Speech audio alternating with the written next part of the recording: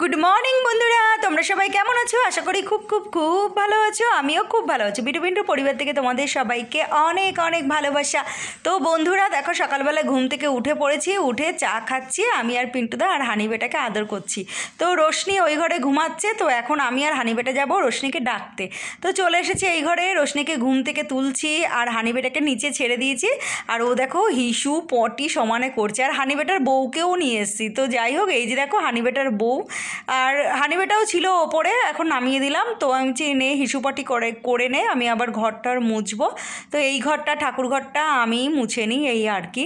তো দেখো এই যে হানি বেটা খেলা করছে, আর মেয়েকে বলছি ওট ওট তাড়াতাড়ি বিছানা ঝাড়, কাজ আছে অনেক।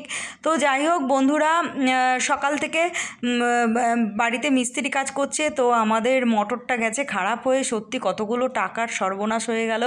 আর সকাল সকাল আর বড় একটা ক্ষতি হয়ে গেল।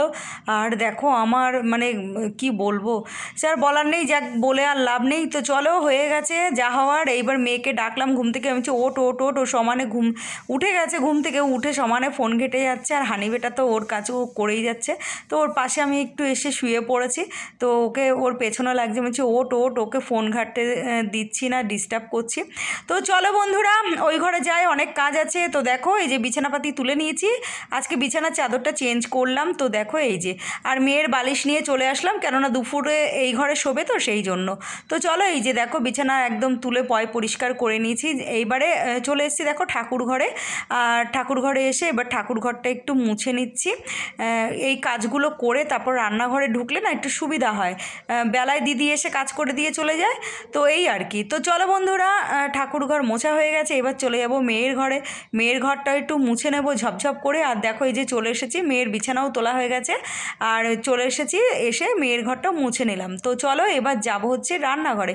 তো চলে এসেছি রান্নাঘরে, দেখো চাল ভিজিয়ে রেখেছি, আর এখানে দেখো পনির রান্না করব আজকে পাতলা পাতলা। তো দেখো এই যে পনিরে একটু নুন মিষ্টি হলুদ সব মাখিয়ে নিয়েছি, আলু কেটে নিয়েছি, আর এখানে করবো হচ্ছে উচ্ছে কুমড়ো ভাজা। তো উচ্ছে কুমড়োটা কালকে রাতেই কেটে আমি ফ্রিজে রেখে দিয়েছিলাম। আর এই যে দেখো পনিরটা ভাজছি।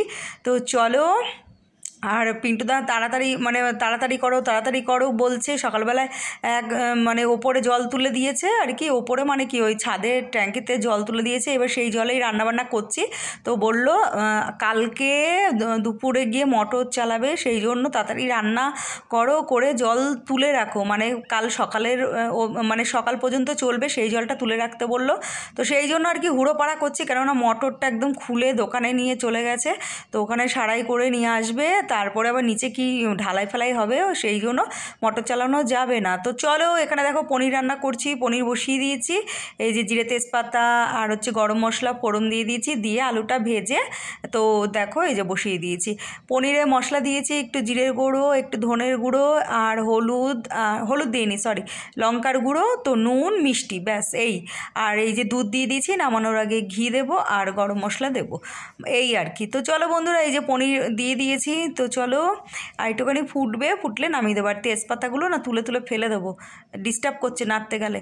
তো যাই হোক, আর রাতের জন্য একটুখানি ডিমের ঝোল করে রাখবো, কেননা রাতে জল তুলে রাখলে এখন রাতে আর রান্না করা যাবে না, কেননা রান্না করতে গেলে তো আবার অনেক জল খরচা হবে, সেই জন্য আর কি। তো চলো এই যে গরম মশলার গুঁড়ো দিয়ে দিচ্ছি, দেখো এই যে। তো গরম মশলা গুঁড়ো দেবো, আর একটু এই যে ঘি দিয়ে দেবো, 1 চামচ ঘি দিয়ে দেবো, তাহলে হয়ে যাবে। নিরামিষ পনির করছি, তো দেখো এই যে ঘি দিয়ে দিলাম, আর একটুখানি ফুটে গেলে নামিয়ে দেবো, একটু মিষ্টি মিষ্টি, ব্যাস।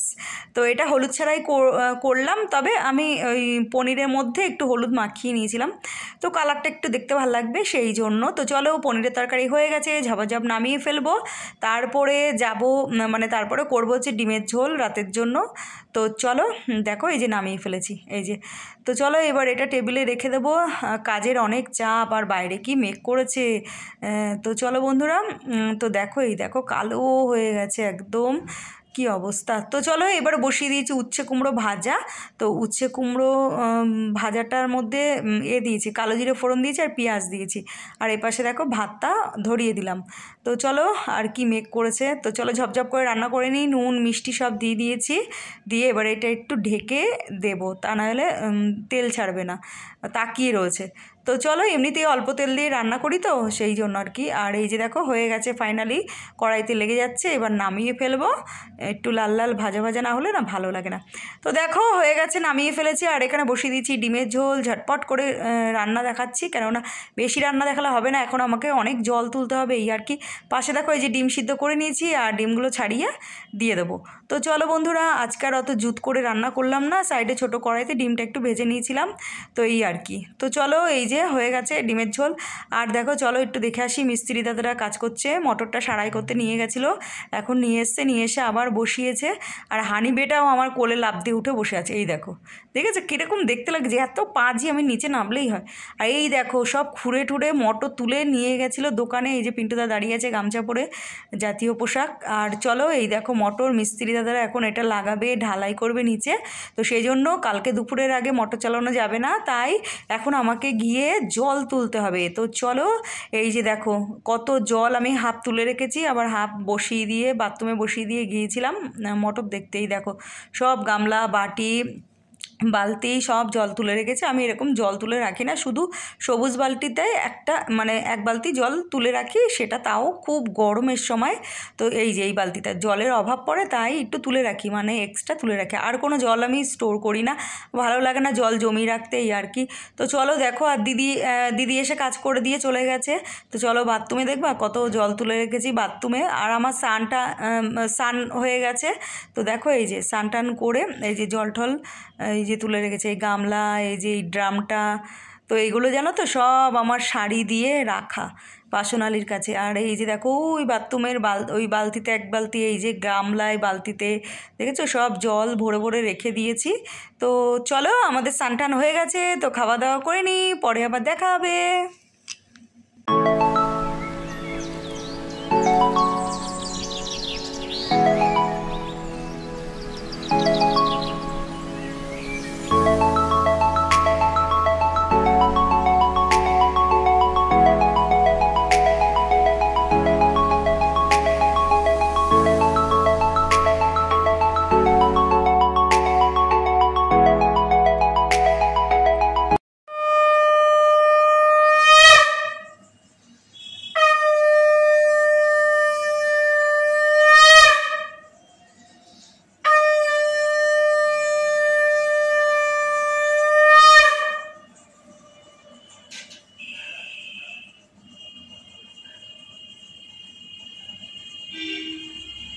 গুড ইভিনিং বন্ধুরা, এখন বাজে সন্ধ্যে 6:30। আর দেখো চলে এসেছি রান্নাঘরে, আর পিন্টুদা ওদিকে সন্ধেবাতি দিচ্ছে, মানে দেওয়া হয়েও গেছে, তারপরে গিয়ে আমি আসলাম রান্নাঘরে।